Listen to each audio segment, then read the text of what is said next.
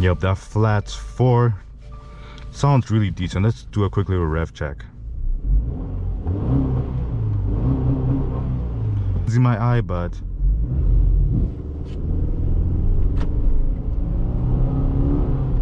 yeah, you are really not going anywhere fast in this car, man. It's like the seats aren't. Come on, get to 100, get to 100, come on. Finally, okay, we are finally at 100. Alright guys, welcome back to the channel. Today I got the key to a 2021 Subaru Forester. I want to say this is the base model because again, this is Morty. We usually get the base model of every car that has pretty much ever existed. But some quick specs about this car. This is powered by a 2.5 liter flat 4, pushing around 192 horsepower and 176 pound-feet of torque with a CVT transmission.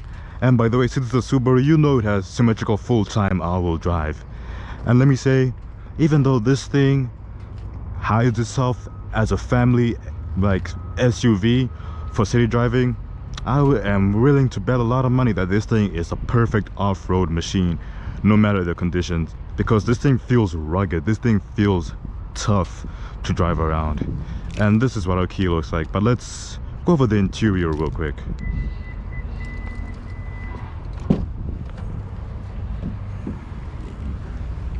Rubber mats all the way in the back compared to your conventional cloth mats that you see in every regular non-off-roading type car, because I'm still advocating this thing as an off-road SUV. Tons of storage down here, and going even lower you'll get your spare tire down here. Let me try and get that out. It's a little bit of work to get that out, but grab it, full grip force, and your spare tire is down there too. Just a little bit of extra work to get down there. Very simple stuff. You have a 12-volt charging port over here as well. Very not minimalistic, but still feels very, very rugged. Subaru logo, symmetrical full-time all-wheel drive, Forester. Sure you guys saw the key. Cloth seats all around, and also cloth mats as well too. Hopping inside, you got your cup holders over here.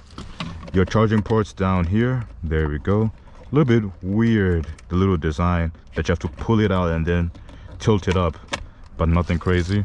Window controls, a lot of textured plastic over here, mostly textured plastic actually, and your aluminum door handles. But hopping into the interior, well, where all the magic happens, the front seats. Yep, that flat 4 sounds really decent. Let's do a quick little rev check. Fun fact, it actually lets you redline, which is very, very interesting though. But let us go for a quick little drive. Before that, here are our controls. Change it from normal to sport to X mode. Very, very simple stuff. Parking brake auto hold feature, our heated seats, our climate controls are down here, our good, I'm gonna say 5 inches of screen, which is quick but seems a little bit outdated almost, because we still have a CD player in 2024, which is very interesting. You never really see that happen. And up here you get your time, your temperature, and also vehicle specs to see where your tires are facing and the pitch and roll of the vehicle.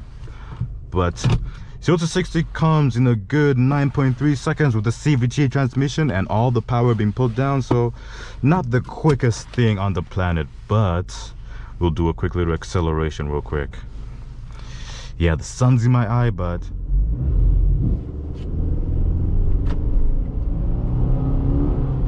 yeah, you are really not going anywhere fast in this car, man. Like, no matter how you try to put it, you are not going anywhere quick.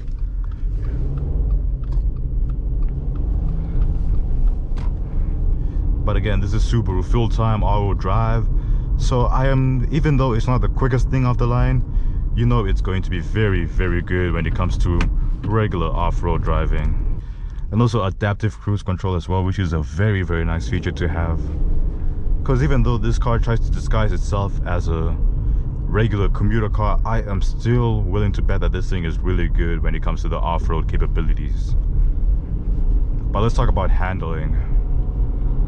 This thing has a very smooth ride quality, and I'm not gonna say it's German levels of high quality like ride, but it is still very, very enjoyable to just simply drive this thing and just know what it's like to drive a Subaru. So my current opinion about this thing is that even though the infotainment seems a little bit outdated for my liking, it is still very much of a cruiser car almost.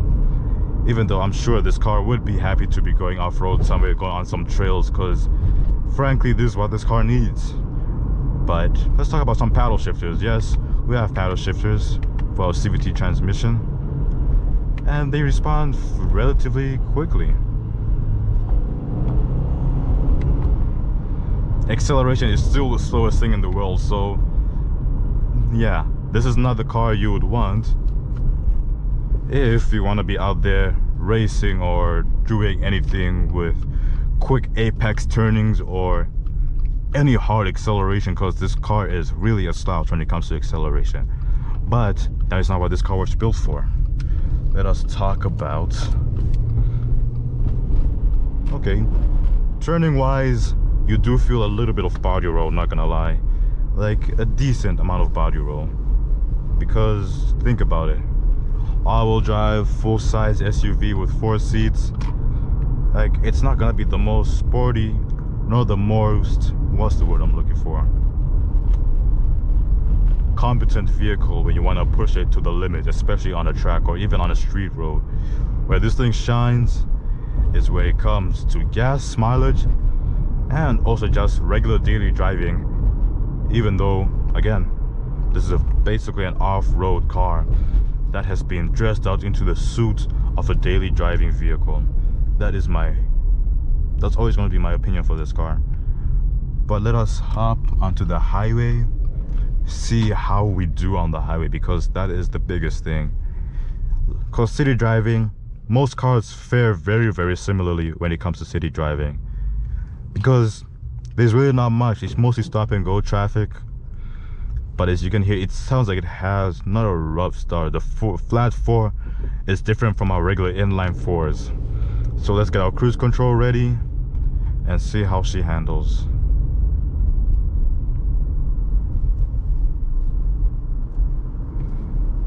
Okay, coming into the turn, you gotta be slow. This thing doesn't like, it's like the seats aren't. Come on, get to 100, get to 100, come on. Finally, okay, we are finally at 100. Because there's a truck right beside me and I don't want to be anywhere near that thing if it decides to switch lanes. But still, overall, like for daily driving on the highway, it's not bad. But let us try out our cruise control real quick. Turn on lane keep assist, turn on our cruise control, set our range, and set.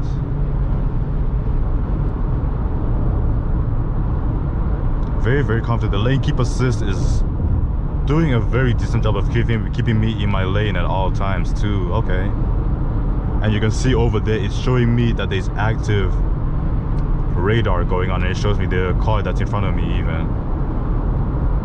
That is really, really nice. That part, this little feature, I love it a lot, because it shows everyone in the vehicle what the radar is seeing as well. So it's also very, very good. And yes, it slows down by itself automatically as well. So almost self-driving, almost. You still got to keep your hands on the steering wheel. If there needs to be a sharp turn or a hard braking, you need to be ready for that, okay? But for regular long trips where you're not going too far, like this is perfect. This is basically a perfect car if you're gonna be on the highway. And it's a flat 4 too, so you know you're gonna be saving a lot of gas as well. But let's get out of X mode, because I'm pretty sure we've been in X mode this entire time. X mode to me is basically sport mode as well. But let's talk about road noise. I hear a little bit of wind coming through, but it's nothing too crazy. I'm not like fully isolated from the road, of course, but it's nothing to the point where I'm wondering where the wind is looking in from. This is very, very simple. And usually if you're on a road trip, you usually have some kind of music playing. So let's go into our media settings. Yep, this thing slows down by itself too. Nice. The thing I like is that when it slows down, this vehicle over here, the brake lights turn on. So it's very, very nice. My only nitpicky thing is the acceleration and the media system that seems to be somehow pretty outdated almost. Like, let's go into FM radio.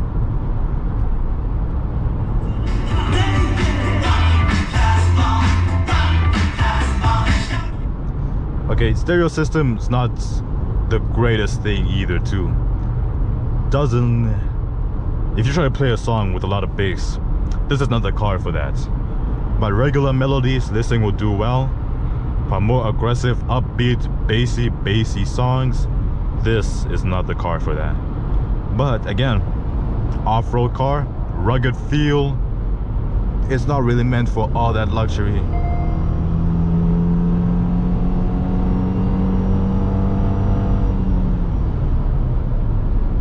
Almost sounds like it has a little supercharger whine when you really floor it hard. But let's turn back on our cruise control settings, because we had to accelerate just a little bit more. And to turn on this cruise control, press the cruise control button and push down to set and push up to reset it. Very, very simple stuff.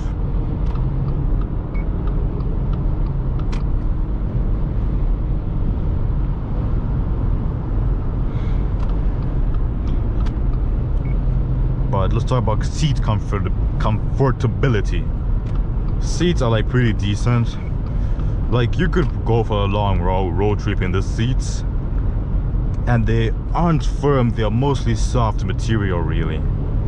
So it makes it much more easier to drive. Or just to like relax in a car like this. It makes it so much more easier, much more enjoyable. But overall, nothing crazy. Simple car with very simple usability, and it's almost very easy to get used to.